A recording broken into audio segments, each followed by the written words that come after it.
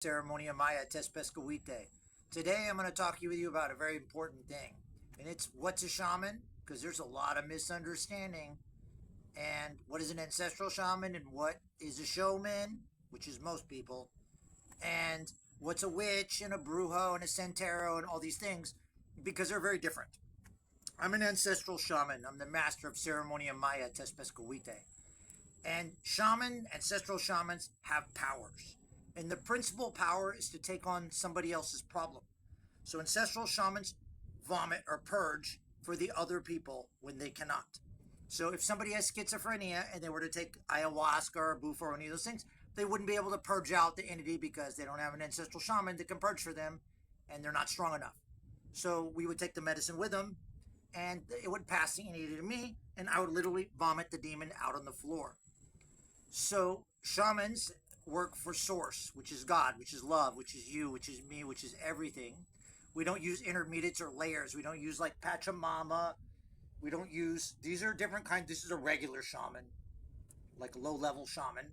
And then you have like witches and santeros, which use spirits and entities and these things to help make their healings. Whereas we don't make any kinds of deals. We work for source.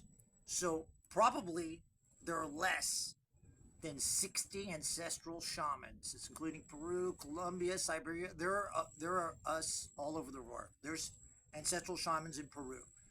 There's two of them, two in Peru, that purge for other people and have powers. They have mudra, they have dialect. Otherwise, this is a lower level. This is either a low-level shaman or administrator. It can be an ancestral administrator, whose parents administrate medicine, their grandparents' administration. But a shaman has powers, real powers. And the principal power is to purge, vomit, and cry out other people's problems. Schizophrenia, psychosis, paranoid delusion ceremonies are normal for us because we're ancestral shamans. Every reason you could not take ayahuasca, like those things, paranoid, delusion, strong antidepressives, those are the best reasons to take ceremony with the ancestral shaman. And there are ancestral shamans even in Siberia, as far as Siberia, and they do the same thing that we do. They do the ceremony on the knees, they take the medicine, and they puke for other people. The most classic example and the most famous example, the differences between Maria Savina and her nephews, they take medicine with tourists, but they're not ancestral shamans because they don't vomit for the tourists. So they're just making money, taking medicine, they're just administrating medicine, but they're an ancestral administrator because their mom and their grandmother or the mother's wife took mushrooms. But she, unlike them, vomited for the other people, cried for the other people, and purged for the other people. So that would be an example of an ancestral shaman. And some people can do this through massage and without medicine.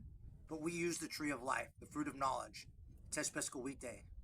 It is 5 human neurotransmitters. It's so far beyond ayahuasca and peyote and bufo because it's like all of them. It has DMT, NN-DMT, tryptamine, and it has serotonin and gamine, 5 human neurotransmitters. The medicine can be so strong in ceremony when we do these type of extreme ceremonies, which is my specialty, that everybody can transcend and see the demons and everything coming out of our mouth and see everything without consumption. So ceremony, ancestral ceremony has nothing to do with belief. We have a group experience. If somebody has a kraken and extraterrestrial octopus inside them, everybody's looking at the extraterrestrial octopus. It has nothing to do with beliefs. We're going to have interviews with all those people and talk about this later. Bye.